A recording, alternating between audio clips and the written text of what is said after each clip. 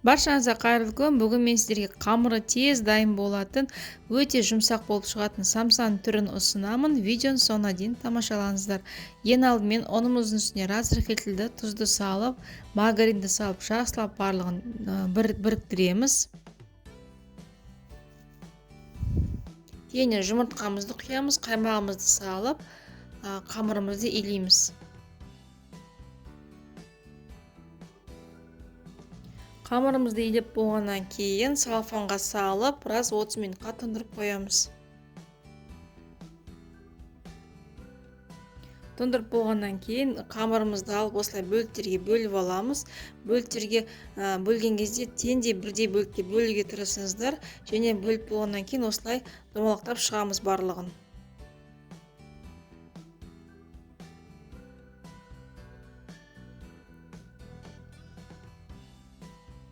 Дайын болғаннан кейін аздап ұн сеуіп, қамырымызды жаямыз. Мен бұл жерде қазір самсаның 2 түйу әдісін көрсетемін.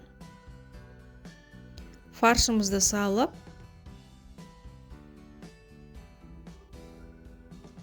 міне осылай түйіп шығамыз. Және түйген кезде қамырымыз өте жұмсақ болғандықтан аздап ұн сеуіп, жақсылап тұрып тағы да біріктіреміз.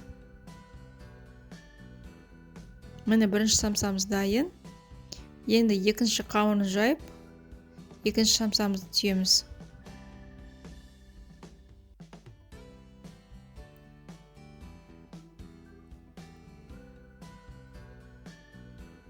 Фаршымызды салып, қамырымызды біріктіреміз.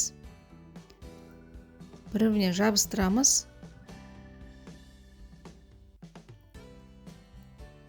Аздап тағы да ұн сеуіп, тағы да жақсылап біріктіреміз. Және дәл осылай түйіп шығамыз.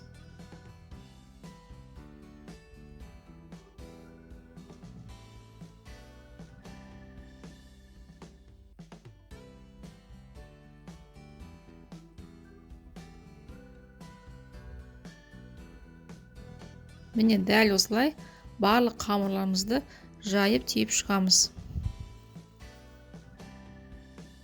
Түйіп болғаннан кейін бетіне жұмыртқаның сарысын жағамыз.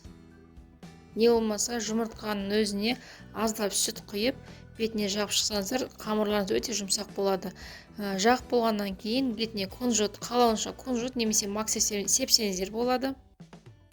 Және қызып тұрған пешке 220 градусқа қызарғанша пісіріп аласыздар. Міне дайын. Өте керемет жұмсақ болып шығады. Сіздер де осы әдіспен жасап көріңіздер. Алда жаңа шығатын видеоларды өткізе алмас үшін каналыма тіркеліп қойды ұмытпаңыздар.